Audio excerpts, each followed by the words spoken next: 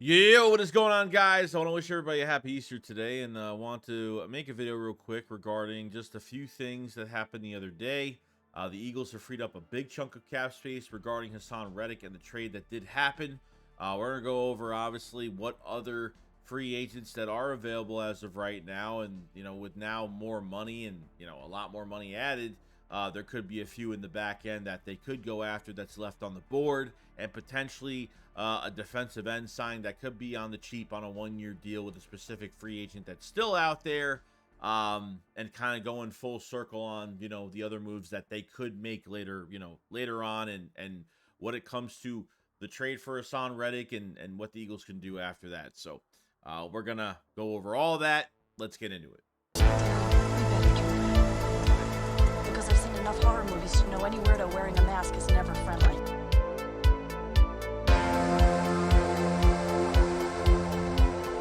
Yeah, what's going on, guys? I hope everyone's having a fantastic day today, enjoying their holiday. I kind of want to put out some news for the day. We want to see how much money that was freed up with the Philadelphia Eagles. The Eagles had what, between $31 million to $32 million between that area. The Eagles freed up $14.5 million from the Hassan Reddick trade, since obviously, they took, the Jets took over $14.5 million of the base salary there, going to the New York Jets. So the Eagles have well over $40 million in cap space, which is really good.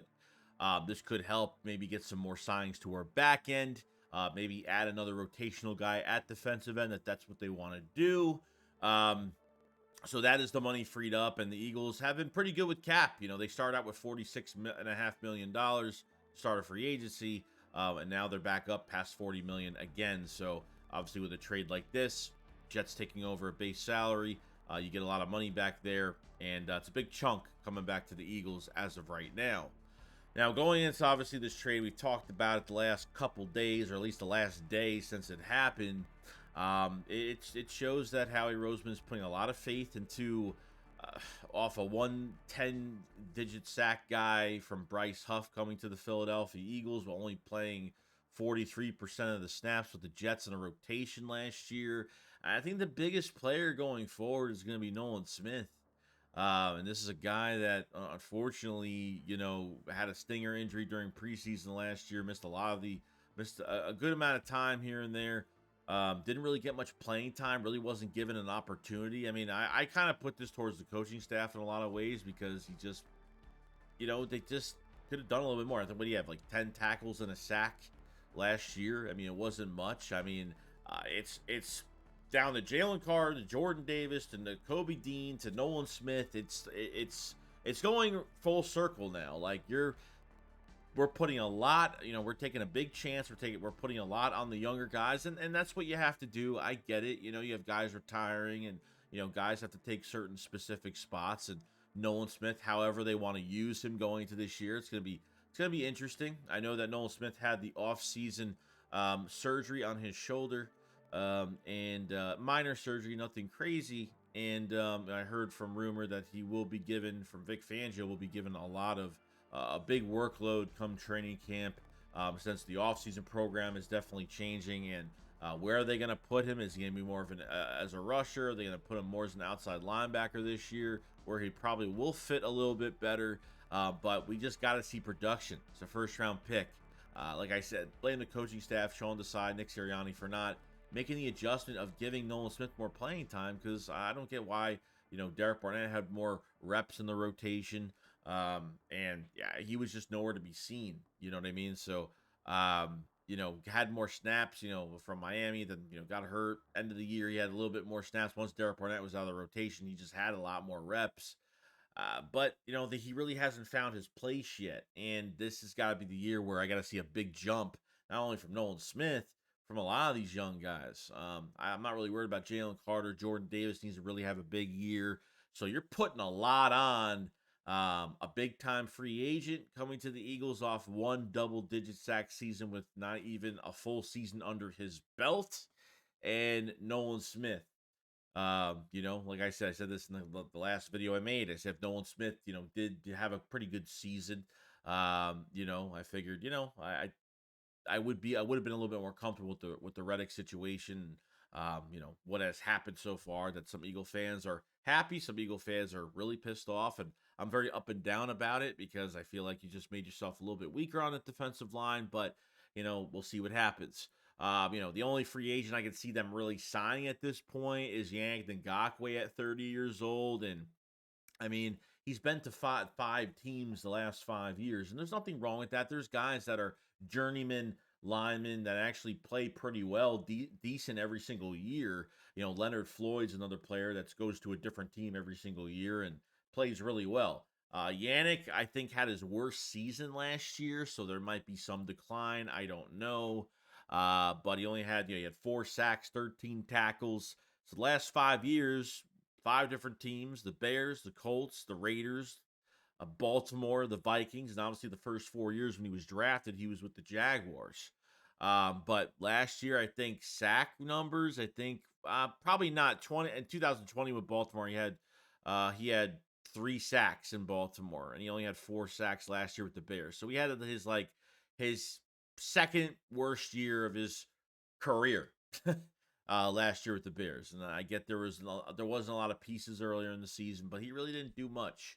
So if you want to bring Yannick in as a rotational guy, and I don't think that would be it. I don't know. Howie Roseman wants to rely on Patrick Johnson, some of these other guys, and I just it's just not there. I'm not saying Yannick's going to come here and do anything, but it's better than nothing. I don't know what their play in the draft is going to be. I said this Reddick trade is going to change so much. I think it designates what they do in the draft. They could draft a high end edge rusher if that's what they want to do, or somebody that fits the Vic Fangio scheme and off ball coverage.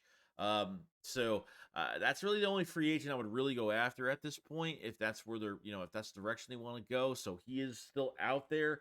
And now, since you have all this money now, like, there's a lot of options. I mean, there's plenty of options out there on your back end. I think there is going to be somewhat of a signing sooner or later. You have Justin Simmons available. We've talked about him. Isaiah Simmons is still out there, and obviously Julian Blackman, that had a gruesome injury last year, and trying to, has been visiting a couple teams. He visited the Bills, didn't get a contract. Visited the 49ers.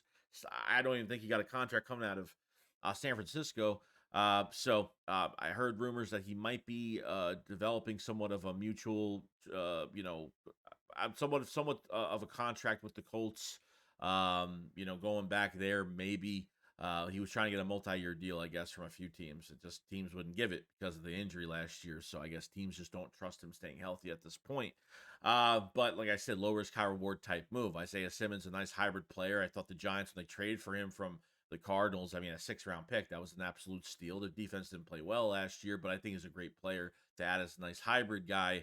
And Justin Simmons has been the one we kind of been talking about. I mean, I've been looking. I looked today. I saw no rumors on Justin Simmons on any other teams where he would go. I mean, it's been really quiet. I wonder if Justin Simmons is not going to sign until like after the draft or something. Maybe he's going to wait to find a spot for himself after the draft or something. Interesting enough, like, there was a lot of things said that I think really kind of connects to the HaasonReddick stuff on why you have to you have to make sacrifices, and why you have to get rid of players when they hit specific ages. Because honestly, you know, Justin Simmons was for trade first. The Denver Broncos were going to trade him. And nobody's going to trade for a 30-year-old safety.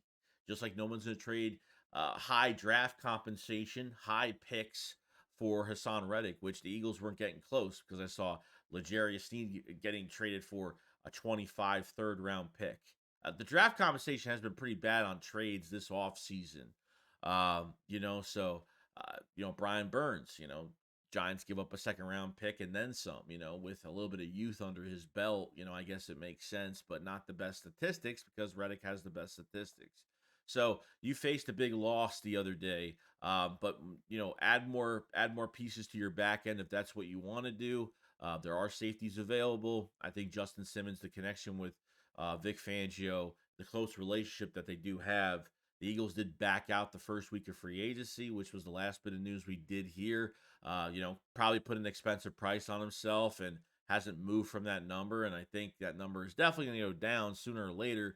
And I think, still playing at an all pro level at 30 years old. And he's a hybrid guy as well. And he's a leader and he's a voice. And, he was a first class player for that organization in Denver. And, that was another move that the Broncos were very uncomfortable making, just to release him like that. It wasn't easy for them to do it, but it's a business and you have to make hard decisions. So I get it, but when you're trying to go for a Super Bowl and you lose HaasonReddick, and you not only do you get a player that's just you get a player that's not only a good locker room guy, a good leader, and really is a great example of what a player should be, but his play and what he does in these games, fourth quarter stops, what he did even through the gauntlet this past year.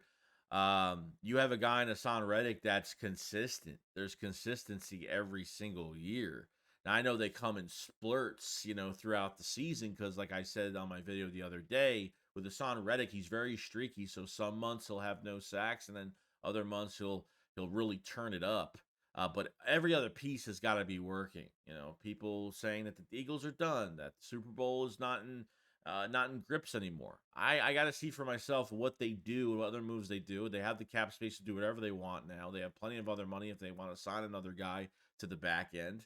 And they could do a double rotation. I mean, they could go sign Yannick Ngame and go out and get a premier edge rusher. Again, they could double down on that position. Patrick Johnson will go back to practice squad or something like that, and they can add two guys to the active roster, one from free agency, one from the draft, and just let them go and just get younger. Add another weapon to your offense in the draft, that wide receiver or something like that, and just put as much points on the board as possible. Let your defense get younger, and I think part of it is Howie Roseman, Jeffrey Lurie wants this defense to get younger. You got to pay Devontae Smith a contract, so I get it. Like, people tell me, like, "Oh, you want to keep Reddick for 25 plus million?" I'm like, no, I did not. It's not that I want to keep him, but I wanted something else to be done. Whether it was a pure restructure where the Eagles would give Reddick a little bit more guarantees up front, a lot more. So, we'll see what happens, but it's been kind of crazy, and it's been a crazy time. So the only positive thing we have going for us right now is we still have a draft, and we have cap space. Got over $40 million in cap space right now and plenty to do. So, wondering what they're going to do. They could make a trade for a mid-tier defensive. I mean, I don't know. They could do another trade. I'm not sure. So I looked at it and said, okay, well, if Reddick stayed, the Eagles would have had, they would have had to pay 3 defensive ends making over $10 million a year. And you don't really have something like that. Kind of confuses me how they would keep Reddick over keep Josh Sweat over Reddick, but obviously it was because of price. It was because of price, and only paying Josh Sweat $13 million in guarantees this year is, it's a lot cheaper than paying Reddick what he was probably going to get paid. Wait till we get to see that contract. The Jets are going to work that out. People ask me why, Bryce Young was not signed with the Jets. Why didn't they re-sign him? They didn't re-sign him because they don't think he's worth $17 million a year on 43% of the snaps in a rotation. Okay, they want to bring him back, so it's literally, it's like the Eagles traded Bryce Young. That the Jets traded Bryce Young and for HaasonReddick, and that's for a 3rd round conditional in 26. That's what it seemed like it was. So there are still players available. I can't go that far and be like, the people are going to actually believe that this defense is done with, and it's not that's not going to be good, but I feel like you got a little bit of a weakness on the other side. Like, God forbid you have an injury. I mean, then you're kind of low. I mean, Brandon Graham gets injured, Josh Sweat's out for a certain amount of time. I mean, then they got to add another body there. There's got to be something that they do, whether it's draft, whether it's free agency, whether it's both. I don't know, but still some players left available, and kind of want to just update you guys on the cap and what's been going on. So I hope everyone had a fantastic day. I hope everyone's enjoying their holiday. And I will see you guys on the next one. You guys enjoy yourself. Shake, sweat up, fall. So peace out, guys. Peace.